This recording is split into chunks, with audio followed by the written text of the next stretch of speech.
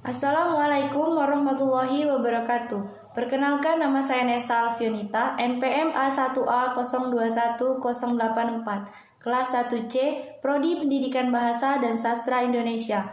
Dosen pengampu, Bapak Dr. Muhammad Kristiawan, MPD. A. Filsafat.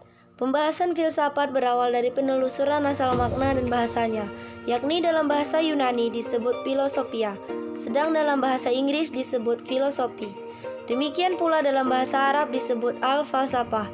Sedang orang yang berpikir filsafat disebut filosof, filosofer. Filsafat dalam pengertian etimologi berasal dari bahasa Yunani filosofia yang terdiri dari dua kata, yakni kata philein yaitu mencintai atau philos, philia atau love yang berarti cinta atau suka, sedang kata sophia atau wisdom berarti kebijaksanaan. Jadi filosofia berarti suka pada kebijaksanaan. Makna dapat dikatakan setiap orang yang berfilsafat akan melahirkan pandangan yang bijaksana. B. Filsafat pendidikan. Filsafat dan pendidikan sebenarnya adalah dua istilah yang mempunyai makna sendiri. Akan tetapi ketika digabungkan akan memiliki makna baru dan khusus. Filsafat pendidikan tidak dapat dipisahkan dari ilmu filsafat secara umum. Filsafat pendidikan berperan untuk terus menganalisis dan mengkritisi aspek akademik dan humanis demi sebuah pendidikan yang utuh dan seimbang. Filsafat pendidikan akan terus melakukan peninjauan terhadap proses pendidikan demi perkembangan pendidikan yang mencetak manusia handal. C. Progresivisme. Progresivisme berasal dari kata progres yang memiliki arti kemajuan. Progresivisme merupakan suatu aliran yang menekankan bahwa pendidikan bukan hanya sekedar pemberian sekumpulan pengetahuan kepada peserta didik, tetapi hendaklah berisi aktivitas yang mengarah pada pelatihan kemampuan berpikir mereka sedemikian rupa sehingga mereka dapat berpikir secara sistematis melalui cara-cara ilmiah seperti memberikan analisis. Progresivisme merupakan teori yang dianggap baru di dunia barat.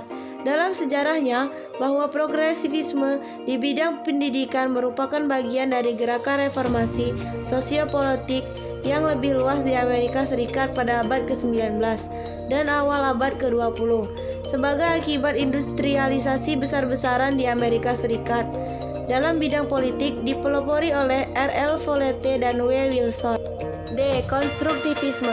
Aliran konstruktivisme didefinisikan sebagai pembelajaran yang bersifat generatif, yaitu tindakan yang menciptakan sesuatu makna dari apa yang dipelajari. Konstruktivisme juga dapat diartikan sebagai suatu filsafat pengetahuan yang memiliki anggapan bahwa pengetahuan adalah hasil dari konstruksi atau bentukan manusia itu sendiri. Manusia membentuk pengetahuan mereka melalui interaksi mereka dengan objek, fenomena, pengalaman, dan lingkungan mereka. E. Humanisme. Aliran humanisme merupakan proses belajar yang memanusiakan manusia. Hal ini dapat diartikan bahwa setiap individu dapat menggali kemampuannya sendiri untuk diterapkan dalam lingkungan. Pembelajaran pada aliran humanisme ini memusatkan perhatian kepada siswa sehingga menitik beratkan pada penilaian kognitif dan afektif.